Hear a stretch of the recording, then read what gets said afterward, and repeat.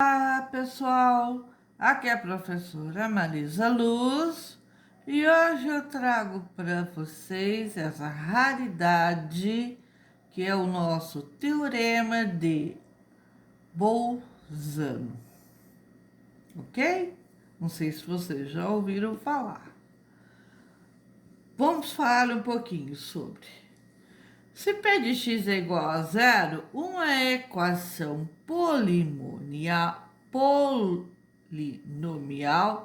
de coeficientes reais do intervalo u igual aos complexos, sendo o intervalo aberto AB, aqui o intervalo é aberto, aqui é aberto, AB, com A menor que B, vemos que se P de A e P de B têm o mesmo sinal, então existe um número par de raízes no intervalo A e B, ou não existe raiz nesse intervalo. Veja bem, o intervalo é entre A e B. A e B. Tá aqui. Então, aqui eu tenho a raiz de A, raiz de B. Existem outras raízes aqui dentro. C pode existir. D. Então, C, D, E, certo? Existem outras aí dentro. Ou pode não existir raiz nesse intervalo. Se P de A e P de B tem sinais contrários, ou seja, o A é positivo e o B é negativo, são sinais contrários. Se B, A negativo e B positivo, também são sinais contrários. Então, existe um ímpar de raízes no intervalo aberto A e B. Aqui, ó, vamos escrever. Isso aqui é intervalo aberto, com as duas, é um colchete virado com as duas flechinhas, em vez de ser para dentro, é para fora. É isso aqui, ó. Esse é o intervalo para fora. É um colchete virado ao contrário. A demonstração, bem rapidinha, certo? A equação P de x é igual a zero, admite raízes reais e raízes imaginárias. Então, dentro desse intervalo aberto, pode ter intermediário entre eles, pode ter raízes reais e raízes imaginárias. Reais são quando tem, por exemplo, número 3, número 5, menos 5, é um número real. Por exemplo, tem 2i, 3i, 10i, menos 1i, é um imaginário, ok? Temos as raízes, eu vou chamar as raízes aqui de R1, R2, R3 até o RK. Temos as raízes reais da equação P de x igual a zero e as raízes imaginárias que eu posso ter. O Z1, o conjugado de Z1, o Z2, o conjugado de Z2, o ZM e o conjugado de ZM, ok?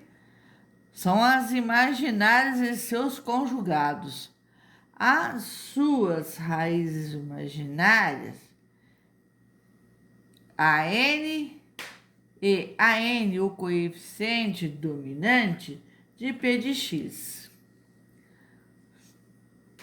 Então, podemos escrever P de x é igual a Q de x vezes T de x.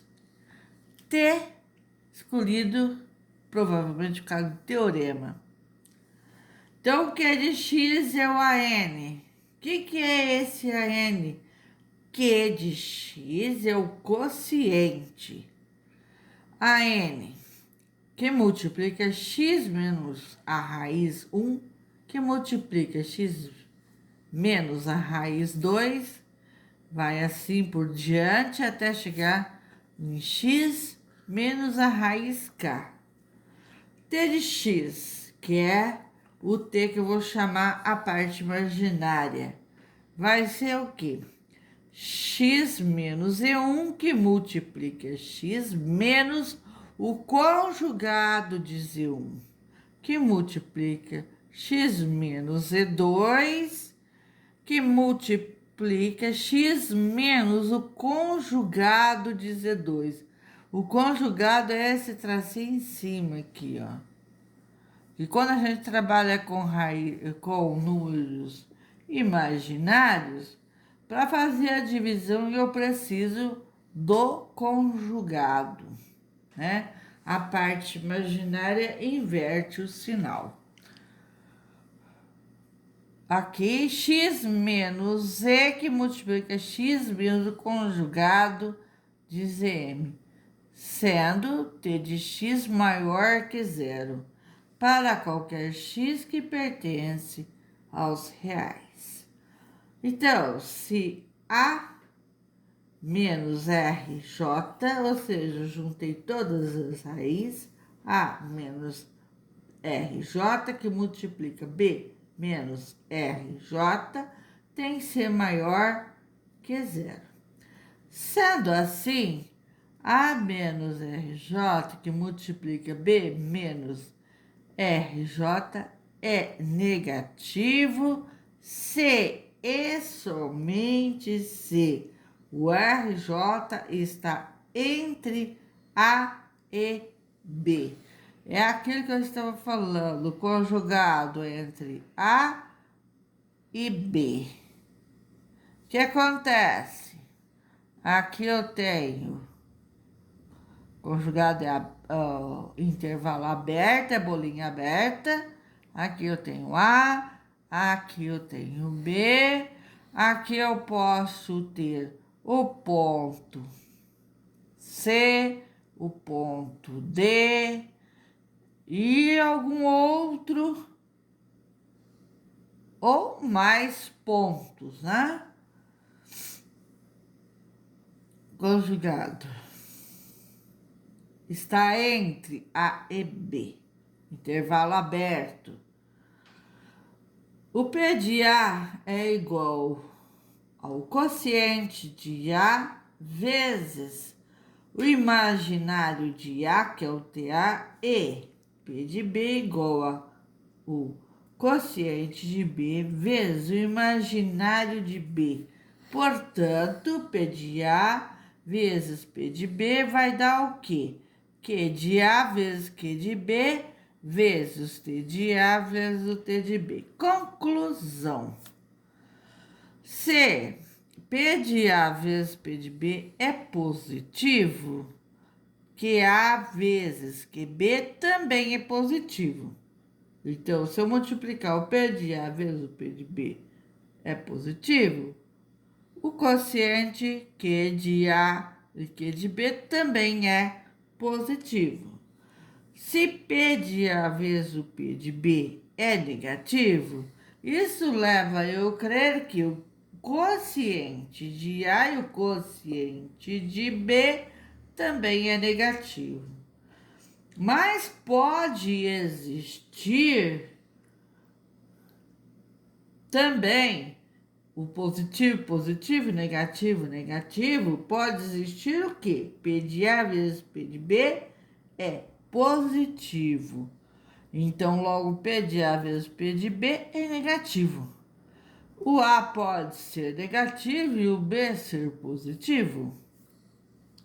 O caso contrário, o A é negativo e o B é positivo. Pode acontecer isto? Sim, pode. Então, vamos ver um exemplo. Qual é o possível número de raízes da equação 2x à quarta menos 3x à terceira menos 1 igual a zero no intervalo aberto 1 e 2? 1 e 2 são dois números positivos. Então, eu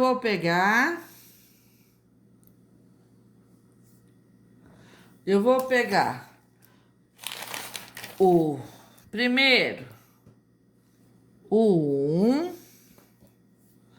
Então,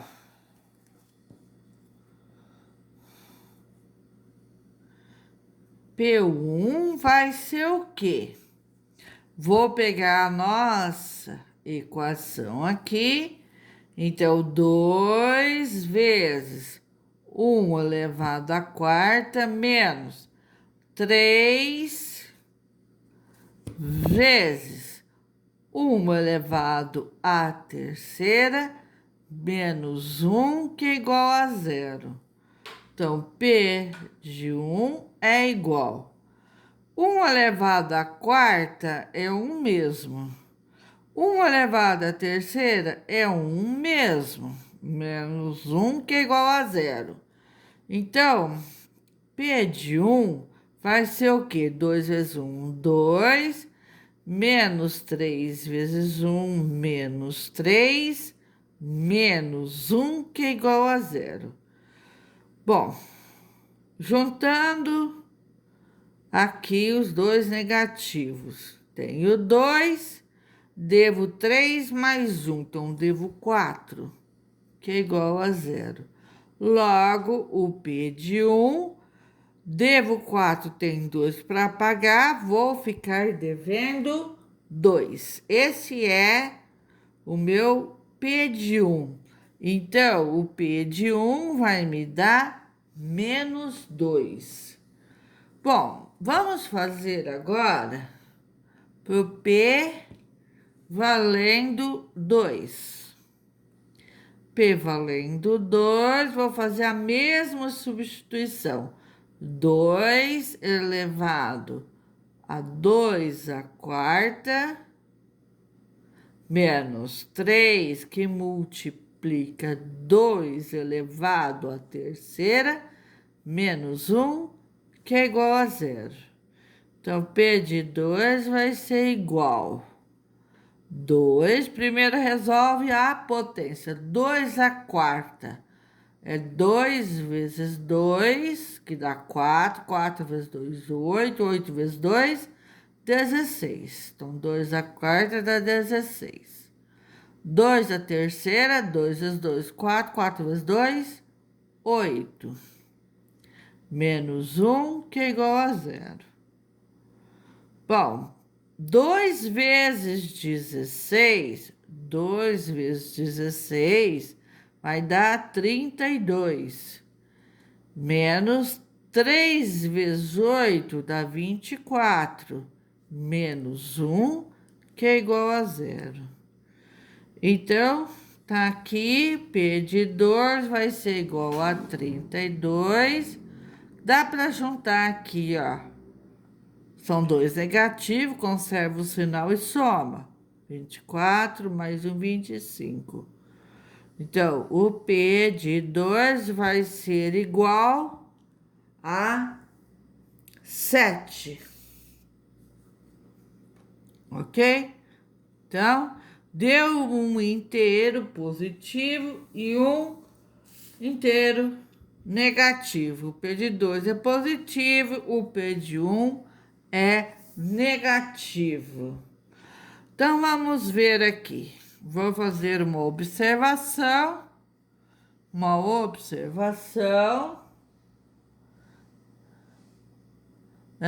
Vimos que, apesar de o grau da equação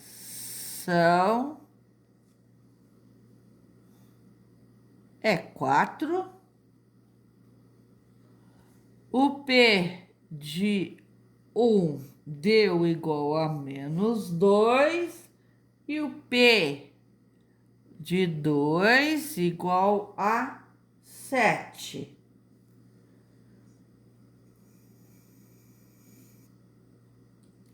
Então, o que acontece? Eles têm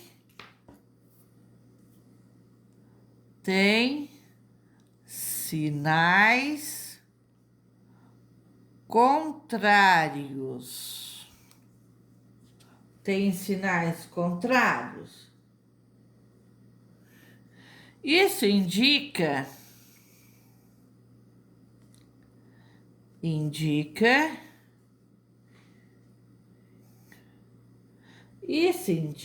que essa equação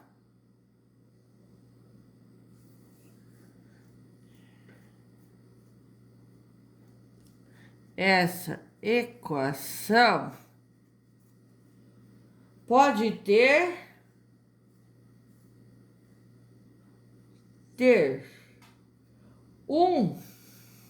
uma